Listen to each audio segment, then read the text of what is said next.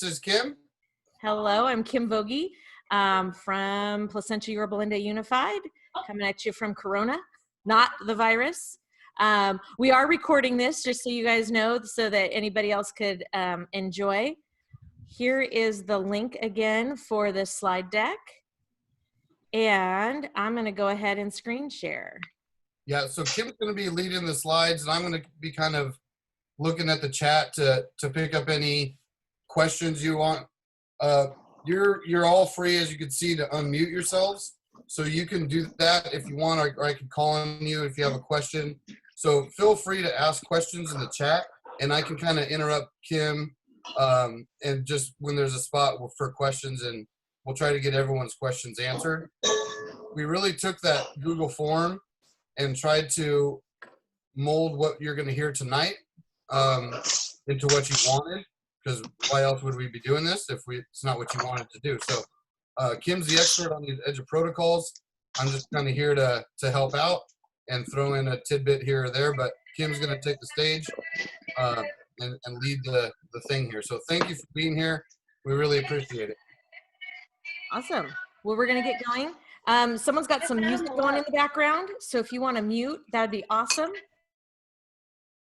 Chris can mute you too, but we'd rather you just take care of it on your own. And then Chris, I'm going to lean on you obviously for the chat. So every time it shows up on my screen, I'm not going to go click on it until you interrupt me. All right. Here's our contact information and a little bit about us, just in case you wanted to make sure you're hearing from people who knew what they were talking about. So you feel free to email us at any time, and we will do our best to take care of you. It is summer, but you know, probably 24 to 48 hour return on that.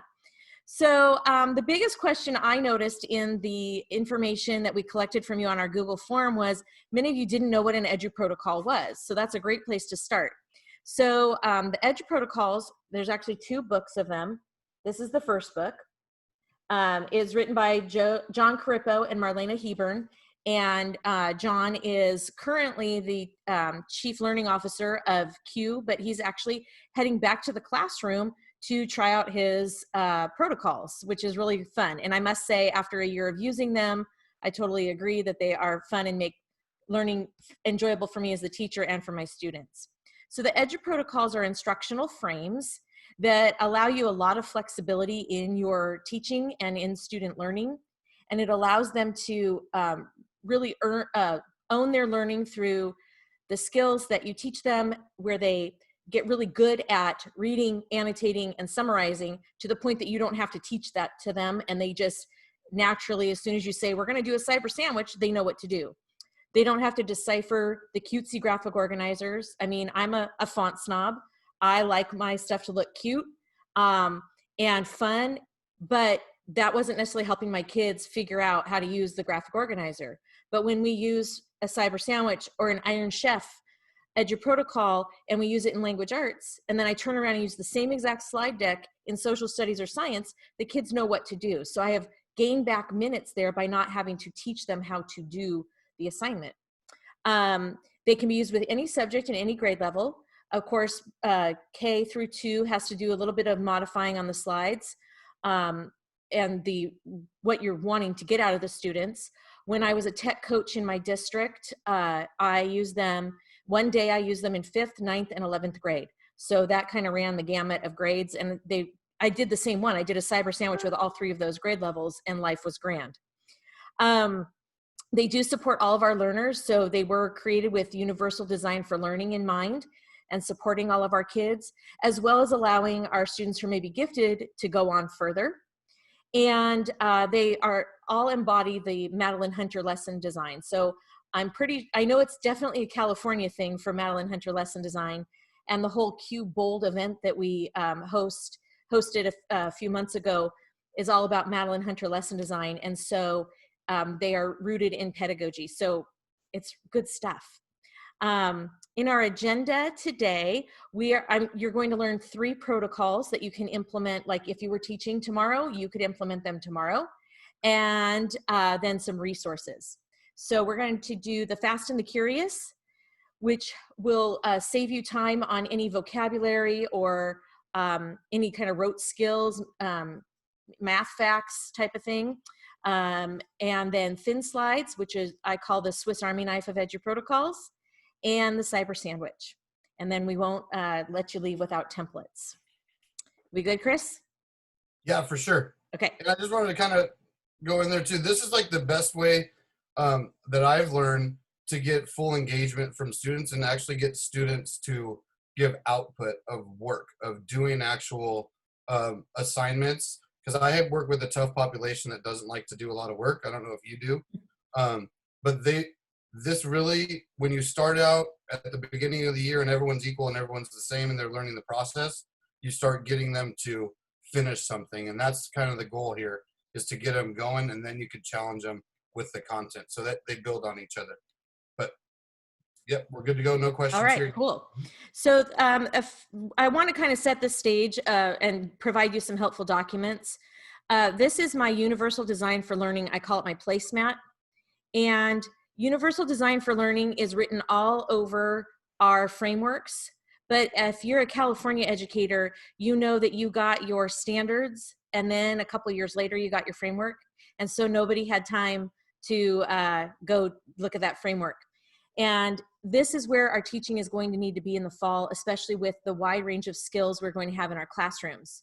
And you can look at it in the negative way and say, like, we're going to have a lot of gaps. Or we could flip that and say, we're going to have a lot of kids with a lot of strengths, and I need to look at their strengths and act on those. Okay, rather than this constant idea of filling gaps, let's take where they are and move them along, rather than, you know, we're not spackle. We don't have spackle in our toolkit. So if you're not familiar with Universal Design for Learning, it breaks down the learning into 3 areas of the multiple means of representation, action, expression, and engagement. And what I've done on this is I've, in the middle columns here, I've put down the principles or the ideas of each of these components of UDL, and then I've listed out kind of what we have in our district. And around the outside edge, I put my good reminders about lesson building. I think as teachers, we have a lot of tools in our toolkit and we forget what we have. And so this is just a nice reminder. I envisioned like keeping this on 11 by 17 paper and keep it kind of folded in my lesson plan book. But I put reminders here of Bloom's and Marzano and depth of knowledge. Across the bottoms, a lot of the technology and skills. We're an AVID district, so Wicker skills, formative assessment. And then across this, or down this side, I have supporting all learners, including our gifted, students with special needs, and our English language learners. So just kind of reminders. And if you would like to make this specialized to your district, if you shoot me an email, which is on our second slide, I think, I will send this to you in the Word format so that you could customize it. Also, I have here for you, one of the big questions was that I got from, and I was worried about, was, are the EduProtocols meeting standards? Is this doing what I need it to do? So I took, and those of you out of the state of California, these are based on Common Core anchors. So if you're a Common Core state, this should align pretty closely to you. If you're, if you do use the PARC test, my guess is your standards are going to follow something similar to this. But what I did is in language arts, I took all the anchor standards. And so those are the same K-12, and I aligned them to all of the EduProtocols. So it's just a spreadsheet of information so that you could be assured that, oh, like in my district, we use Benchmark for our language arts.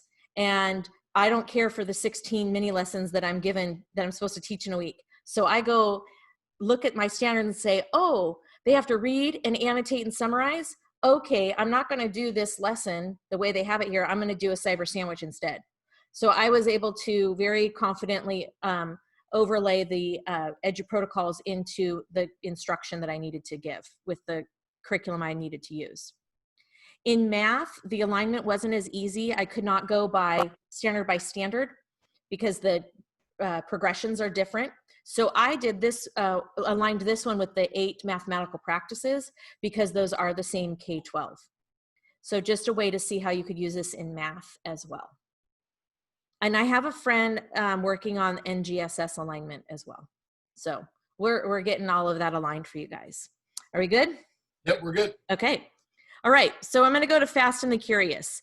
This I kind of call the gateway the gateway drug of EduProtocols. It kind of was the first one I saw Jon Corippo do, and I'm like, oh, this is so cool. So this is not a depth of knowledge level 4. This is probably depth of knowledge like 0.5. This is getting my kids, getting me immediate feedback about what they know so that I can then make adjustments to what I teach. So for example, on Monday, I would give my students 10 Latin words, and I'd give them a quiz, and I'd use quizzes to do that. And I'll be sharing these with you. I have them on a screen. So they go into the quizzes, they take the test, and collectively, as a group, they probably get like 53%, let's say. I do a mini lesson right then and there. We go through the slides that actually quizzes creates for you, so there's no prep. And we look at the ones that they missed. And if there were like any that were like 90% or higher, I don't even go over those because that's obviously a known factor. Then I give them the quiz immediately again, and we see that their score goes up 10%. And we repeat that pattern all throughout the week. On Thursday, I find a different version of the quiz because I don't want it to be the same one that they've been doing all week, but it's the same words, but just in a different format. And I give them the quiz. And if they get 90% or higher, they don't have to take the test Friday. If they didn't get 90% or higher, then they study and they have the test Friday. During the week, I have them follow up the lesson with like choosing the hardest word that they didn't know. And they follow it up with a Frere model, which is another EduProtocol and also been out there for a long time. A thin slide, which we're going to learn about in a few minutes, or Learning 360, learning in the round. I had whiteboards up around my classroom, and the kids would be up and out of their seat, and I could watch them do the work and kind of play with the vocabulary words or the math skills. I use these, I taught 5th grade last year, and so I use this for us to practice our multiplication facts until we reached the class goal of being 90% accurate with our multiplication facts. I wasn't doing the Mad Minute because I don't know if any of you ever remember taking the Mad Minute when you were in school. I mean, it just makes you tense, right? The Mad Minute, oh my gosh. And then you got more paper to grade. So don't sit there and have more paper to grade. Let's get through this quickly. And anytime I can let the computer do the work, I'm gonna let the computer do the work. And you'll see the kids are kind of having fun. And there's like an internal competition that they have with themselves, and the external competition they have is with their classmates. But it kind of brought my kids together, I think, because they were like still rooting for each other. It was really cool. So we're going to do that. We're going to take a little quiz right now. Quick question before you go. Okay. There's a question in the chat. What do you do with those kids who are got a 90 the very first time? And do they just keep on doing it? They keep on doing it because they're getting practice with the words.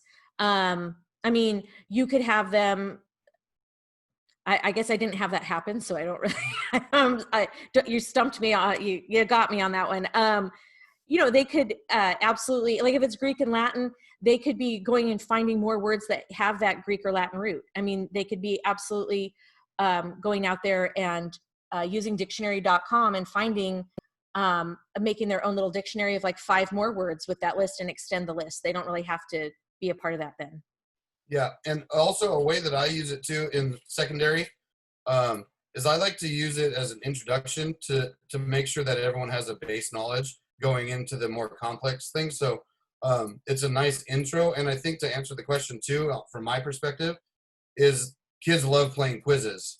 Mm-hmm. So when you get the 90, they're in, they're not going to be a distraction, and it doesn't hurt to get another little extra practice. Yeah, exactly.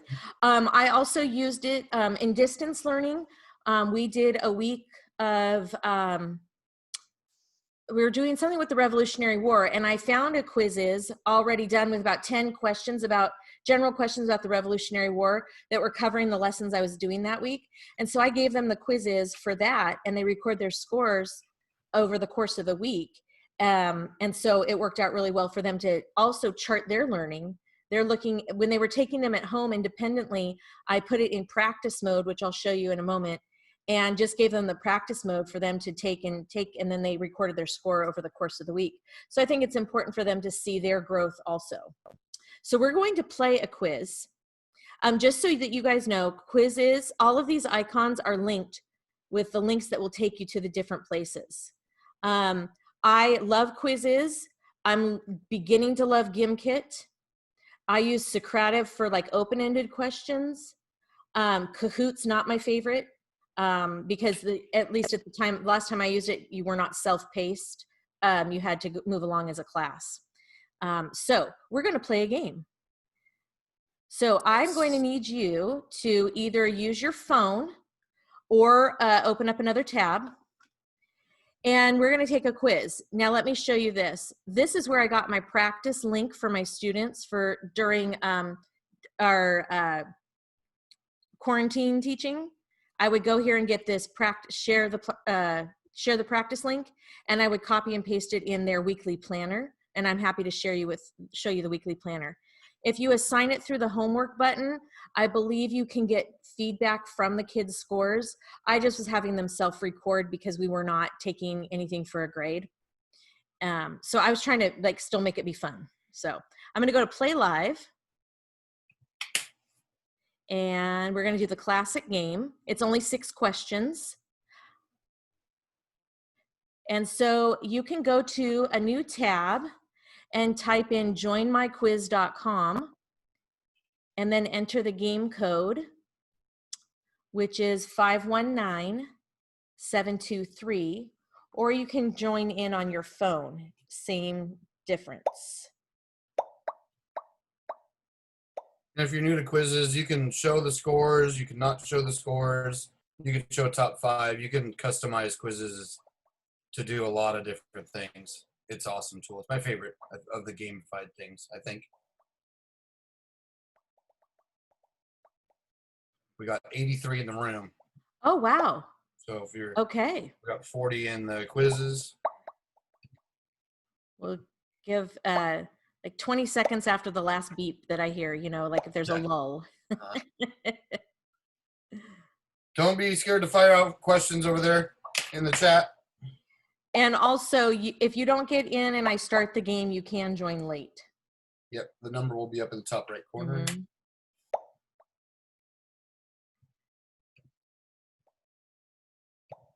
That's an awesome alignment tool you did with the math and the science. Thank you. Yeah. It came in very handy to make sure that I was doing what I needed to do this year. All right, about 10 seconds.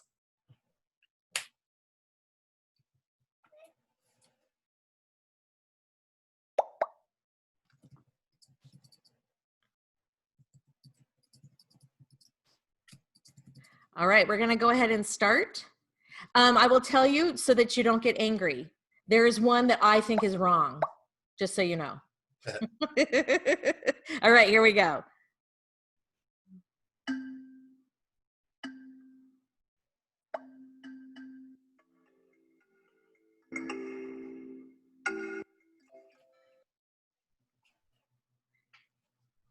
If I were in my classroom, I would not have this screen up, but you're adult learners, so I'm not too worried about you. I love blasting this music while they're playing. I can't do it. Oh, no. It did change with the holidays, though. There was some fun stuff at different times of the year. That Halloween one was super. Yeah. Super.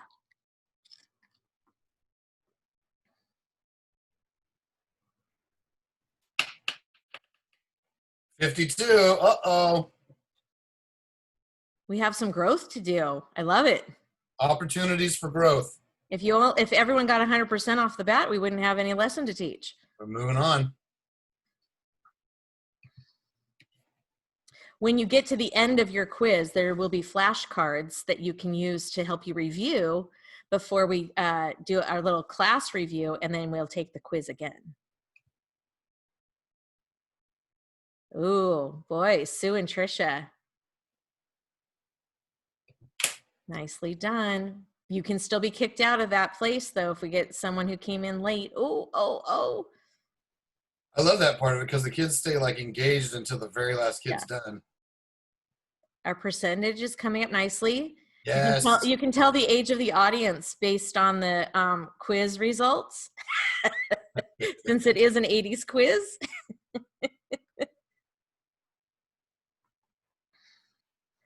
Ooh, we have a 3-way tie for first place.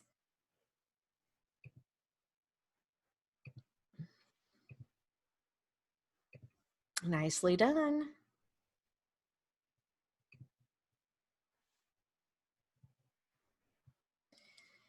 And if you are in class, you can see real quickly when you look at the bottom of your list who you might need to go stand by or to go help support a little bit, which is always a good thing. I use the data when my students were at the end of the test, like the bottom 5 kids, they got a set of flashcards for my Greek and Latin roots to use at home. And I sent them with some support materials to help them a little bit and practice with the words a little bit more. I had pulled them into a small group. I had a parent volunteer at that point for that. So there was a lot I could do with the real-time data. Okay. I'm going to go ahead and call it done because we're pretty close. I'm going to end the game. It's a pretty good first-time average. Yeah, 65, 66%. So after I press end game, it's going to show us our top 3, which it was technically a 3-way tie. Brent. And then, we even have a mastery party because so many of you got 100. Nicely done. And I'm going to skip to the results. So this is the page I go to that helps me make my real-time decisions. I look at the class accuracy, it was 63%. The toughest question was number 2, and I can see that right in the data right here as well. That's 37%. The longest time it took you to answer a question was 8 seconds. So that one sometimes is only like 3 seconds, and that's when you can talk to the kids and have a really meaningful question about not taking their time on things. And then one question had an accuracy of less than 40% time to investigate. So what I do at this point is I go to the review questions right up here, and now here's my mini lesson. And I typically would teach or go over anything that had an accuracy like 80% or less, I will go over. Most people got that this was Ferris Bueller's Day Off. And Corey Feldman, come on, people. It's Matthew Broderick. No, it's just because it's my favorite movie, so, or one of them. All right, let's see. Okay, so this is the one that I disagreed with because I thought it was the Walkman, because we're talking 80s. The Discman came way later, but the Walkman is like quintessential 80s, so I do disagree with that. So, and the iPod Shuffle, that was like the 90s, maybe the early 2000s even. So, okay.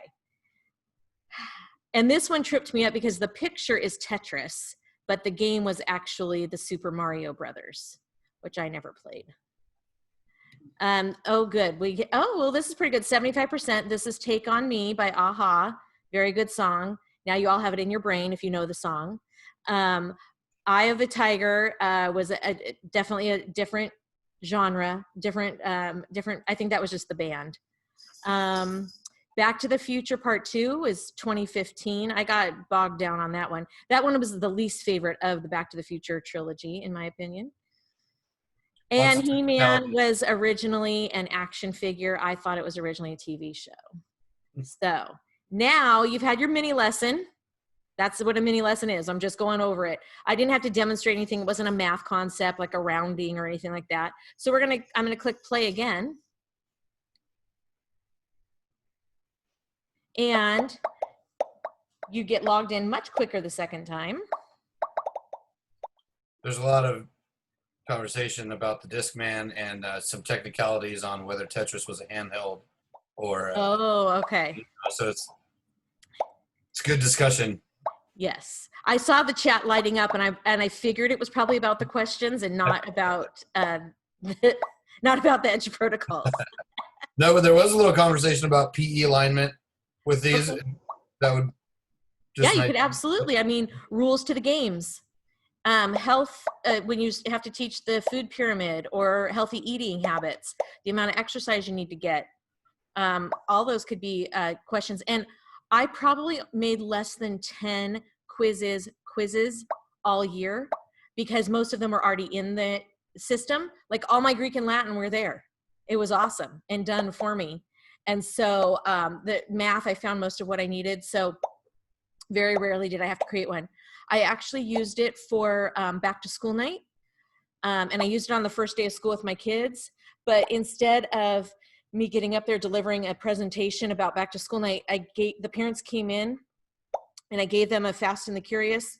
I had them log into the students' Chromebooks, and you should see them. They were all sitting up straight, like they had their game face on. They were like ready for the game.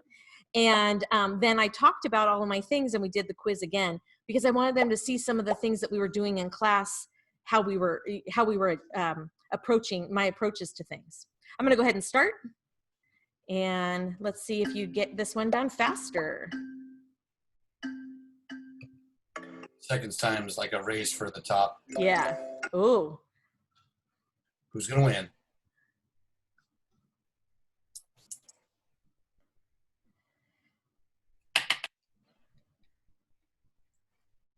One of my motivators was if we don't get a 95, we're doing it a third time. And that usually gets them. Well, my kids liked it so much, they wanted to do it again, though. So you got to know your class if they're going to like, oh, we get to do it again?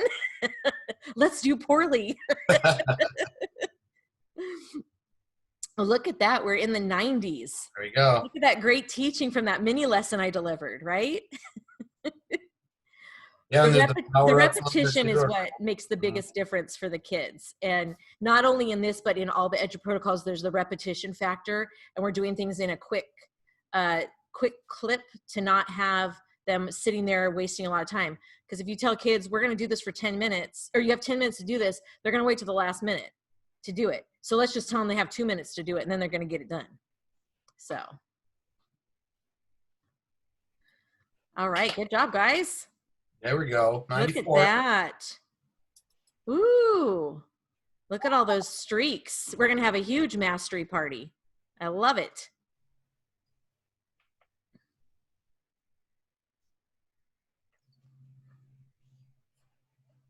And I've heard some conversation about this one about it's all like short-term memory. But remember, you're trying to get like a base of information to everyone to grow on.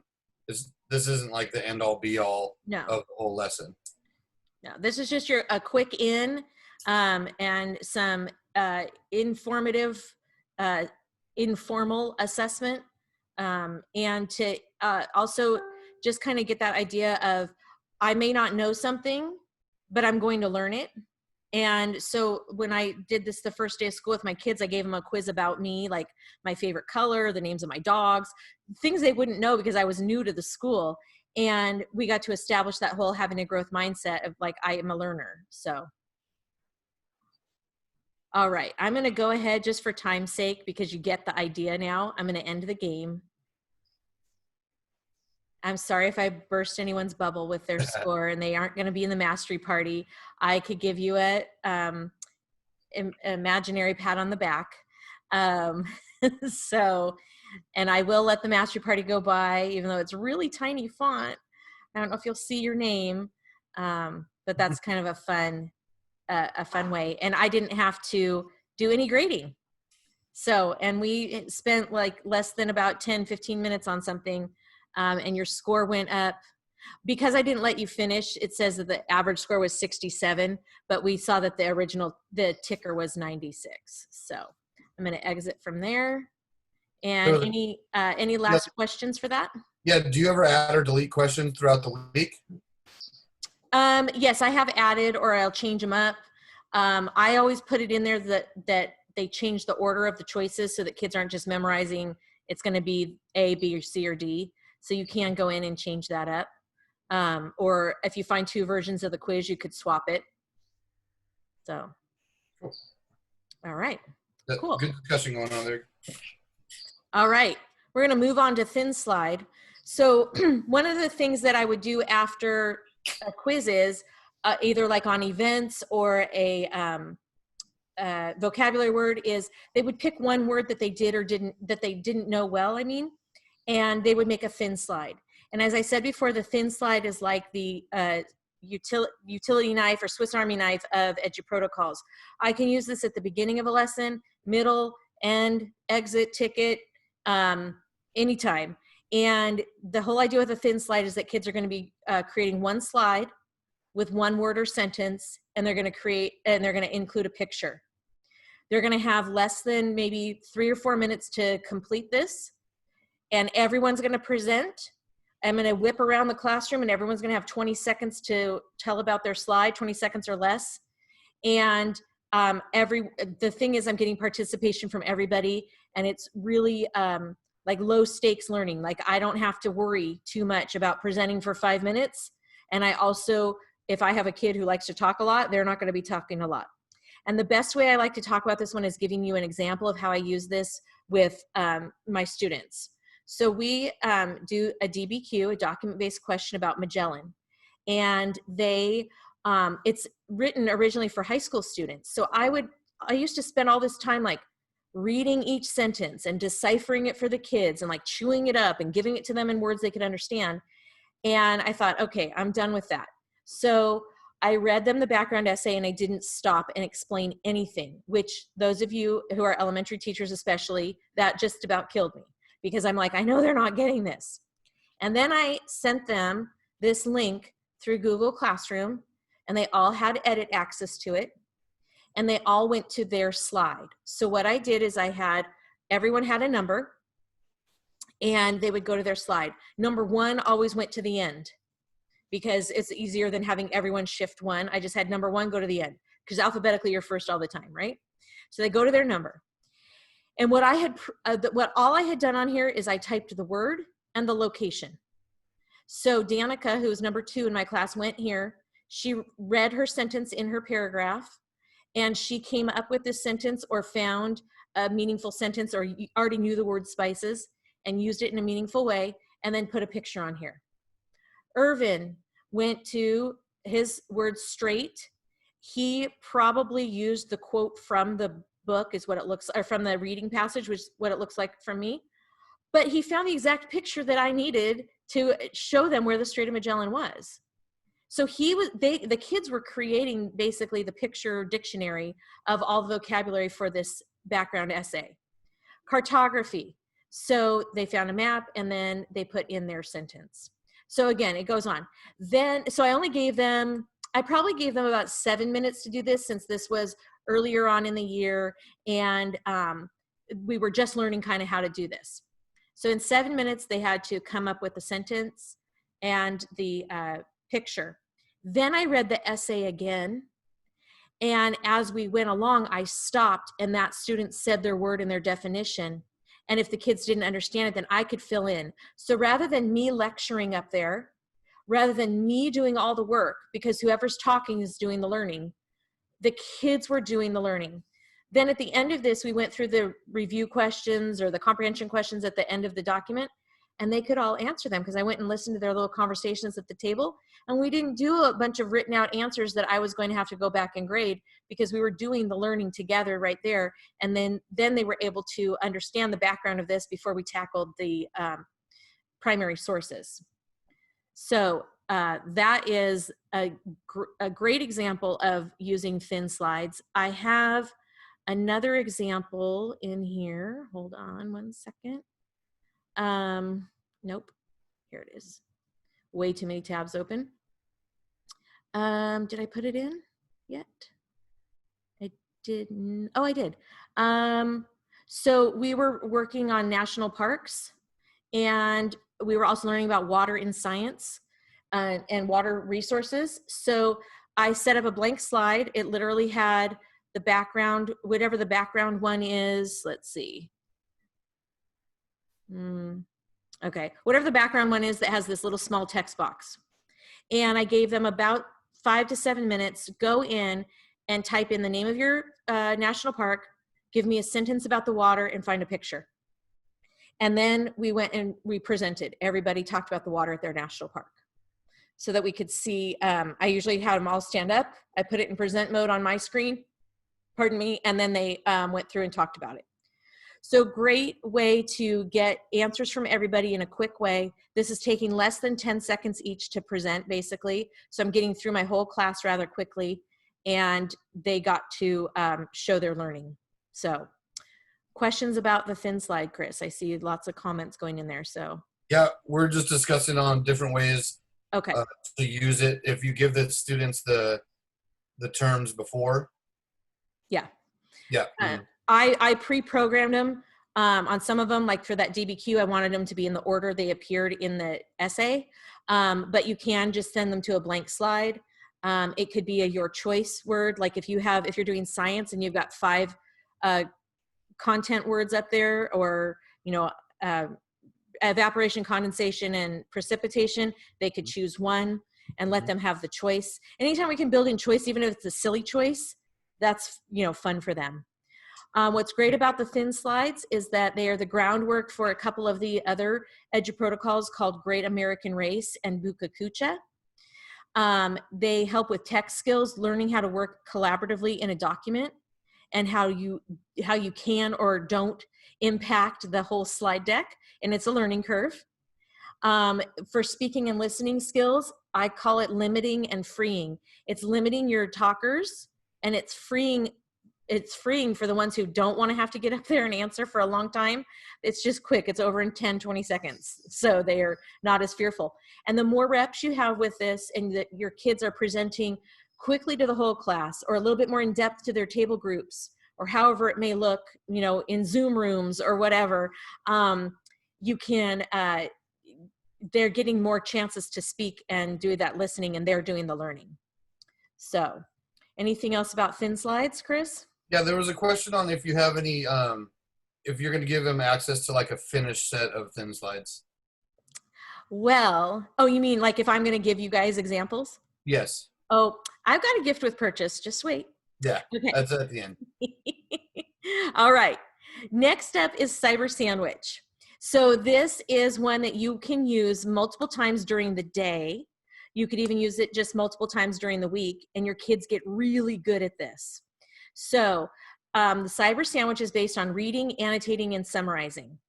I've linked the full slide deck here for you. It goes to the template that the authors have provided, and I'll show you that website in a moment as well. But a quick rundown of this, and these are just thumbnails of the slides that the authors created, is that students are going to read and annotate in 10 minutes. So we're all reading the same passage. So let's say it's page 2 and 3 in the EduProtocols book, okay? We're all reading the same thing and annotating.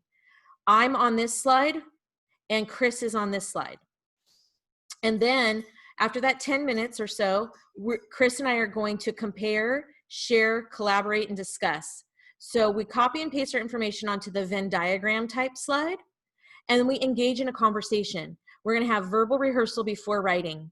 Kids can't write what they can't talk about. So we want to give them the chance to talk about it before they write. Then they individually go back and write. So now that you've kind of seen the whole shot there, I'm going to open up the template. And I believe Marlene made this. And this opens up to the EduProtocol website, and specifically to the Cyber Sandwich template. There is one for younger grades called Peanut Butter and Jelly, which is a little bit more simplified for our K1-2 to start off in kind of a different place. And there's notes down below that kind of give you pointers on this as well. But this is ready to go. Like if you were teaching tomorrow, all you would have to do is make a copy of this and give it to your students in Google Classroom as material. And then you have person A makes the copy of it and shares it with partner B, and you're good to go. So, I mean, like this is like, you don't even have to prep anything here. It's just ready. And I'm trying, can't see you my just need a source. Yep. Yep, you just need to give them the reading source. So here's my page to take notes. Here's Chris's. So it's kind of like this interdependence thing. It's awesome. Then we copy and paste our notes here. And this is when we talk about our things, the things that we both have, we're going to copy and paste them into here. And now I'm ready to write my paragraph. Where you write the paragraph can be scaffolded in a bunch of ways. At the beginning of the year, maybe you need to give your kids a closed paragraph. So they're just filling in the blanks because you want them to see the paragraph structure.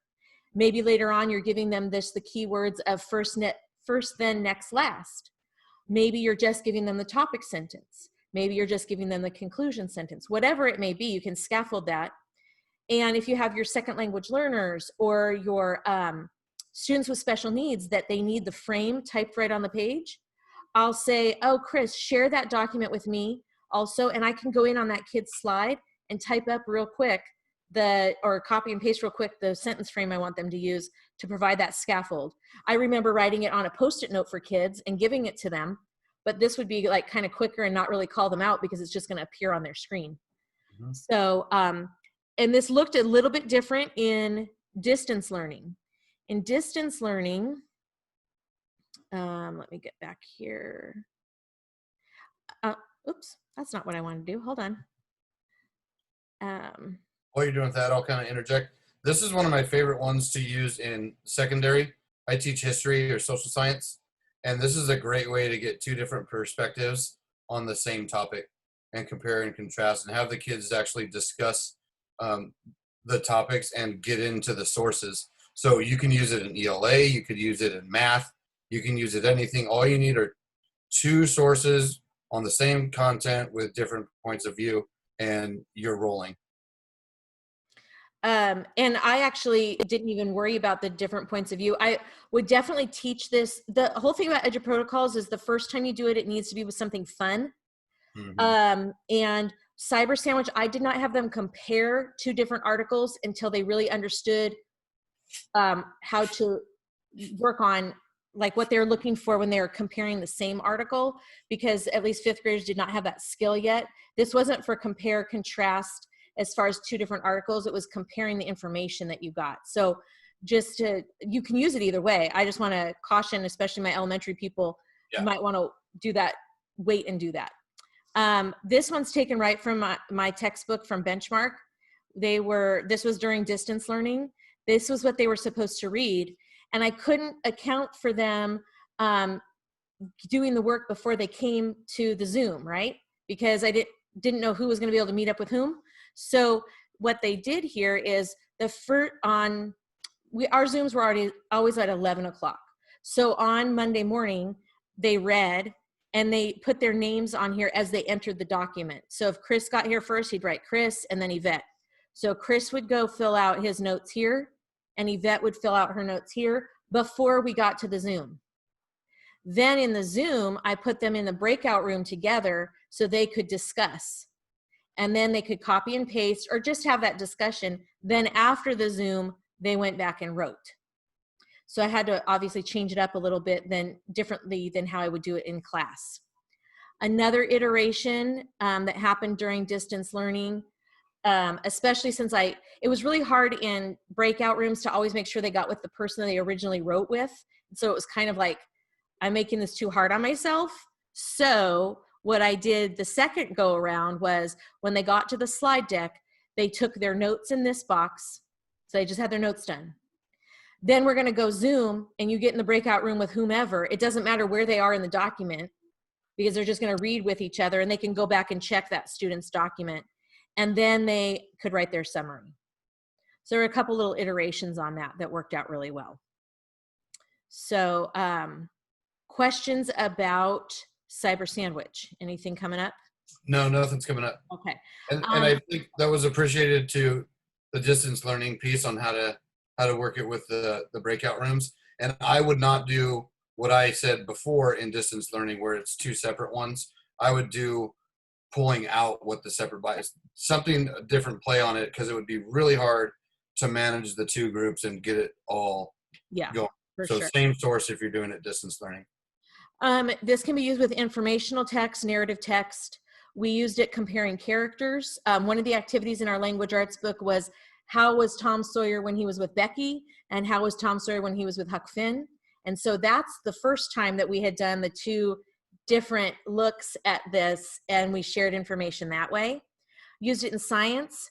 A really fun way I used it with Newsella was I got we did mystery science and there was always the articles from Newsella in there, but they were the leveled passages. So I could get the whichever Lexile, the 900 Lexile and the 700 Lexile, and I could still have those two kids working together. Even though they were reading different leveled passages, the content was still the same. And they might have some different facts, but now I could have them engage in a conversation using still the same content, but maybe just a little bit easier for one of the kids. Common Lit and Benchmark Advanced, you can use them. You could literally use this with anything.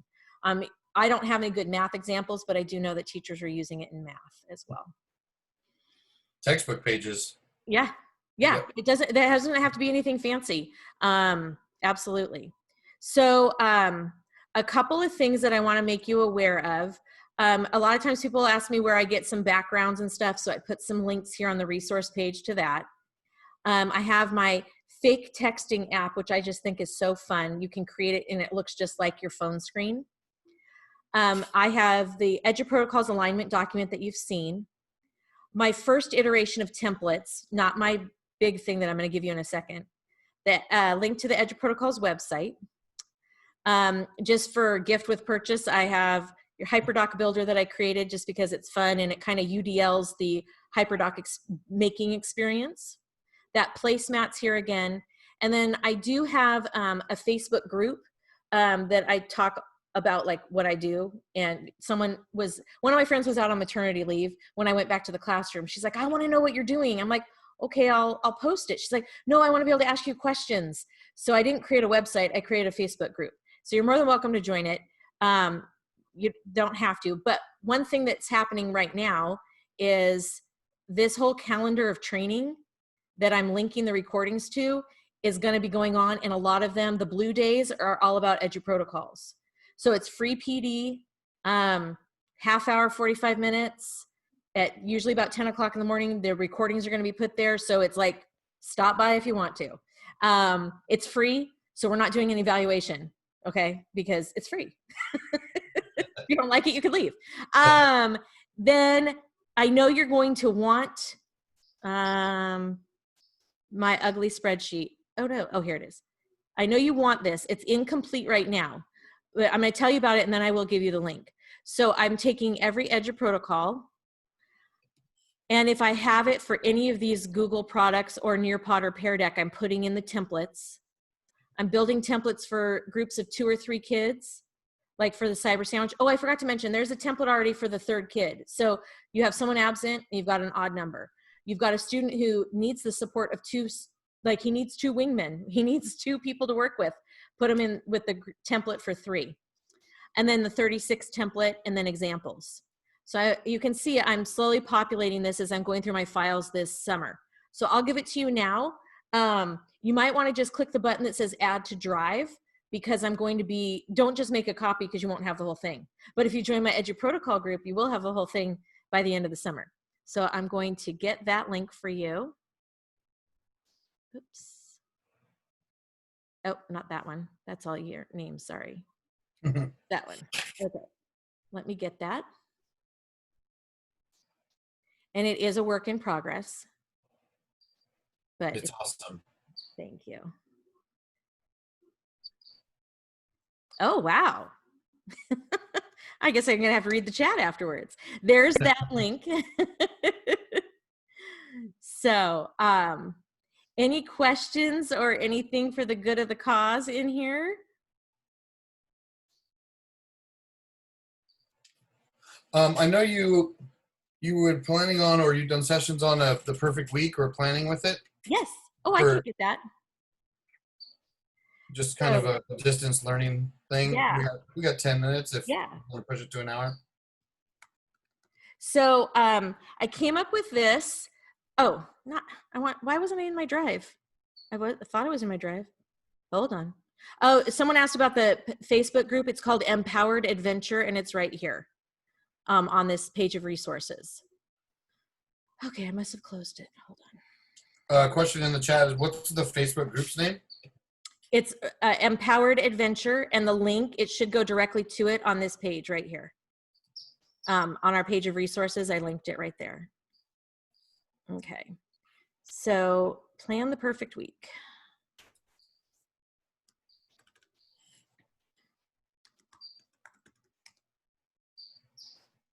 Oh my goodness, plan. Ooh, Rita put the link in the chat to the group, everyone, if you want to click on that and join. Plan the perfect link. I put down the spot, I'm sorry. Plan the perfect. I thought it was on there. Whew. Okay, plan the perfect week. Here we go. Make sure I have the right one. Okay. So this is what I created, where I kind of hashed out what,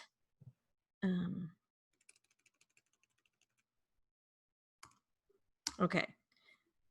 So I see a couple other questions in there. We'll get through one thing at a time and then I'll go back. Okay, so plan the perfect week is, I kind of like went through, how can I get a plan to this, a routine to this, to make my planning time easier and student learning at home easier. So this is what I came up with. And like, you could make a copy of this and make it your own. And I've just put in there like what I did, like ideas for math. This isn't exactly an example of what I did, but this is what you could do to kind of map out a whole week of math. And then the next page has the links to the things that I talk about in a little bit more description. For language arts, I always started with the Greek and Latin. So we had Fast and the Curious. That always took care of that vocabulary time. Then for reading during distance learning, my kids were reading a novel for much of it. And they were doing what's called a OCCUE slides, or the lit circle slides that I have created, or my novel study that I created. And you have access to that on that spreadsheet now. And I'll be getting you, if we stay in touch, you can have everything. All I have to do is tell me, what about that thing? I'm working on building a website also. I couldn't get my domain to work today, but I'm working on that. So, and I put in all of the writing in here kind of by genre of what would support narrative, opinion, and informative writing.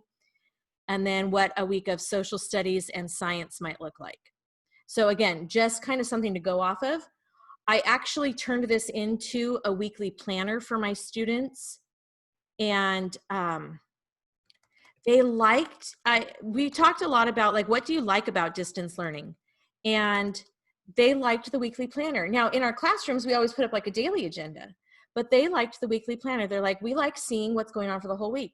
So what I would do is I would get this prepared for Sunday. And I made a video, like kind of describing what the week is going to be like, 2 minutes or less. This was not a long thing. I sent the video and this slide deck to the parents, and then I assigned the slide deck to my students. And all of the links within this doc linked to the assignments over in Google Classroom. So they weren't having to look around for everything. It was all right here. And then it took them right where they needed to go. So this might be what math looked like for a week. This is what language arts looked like.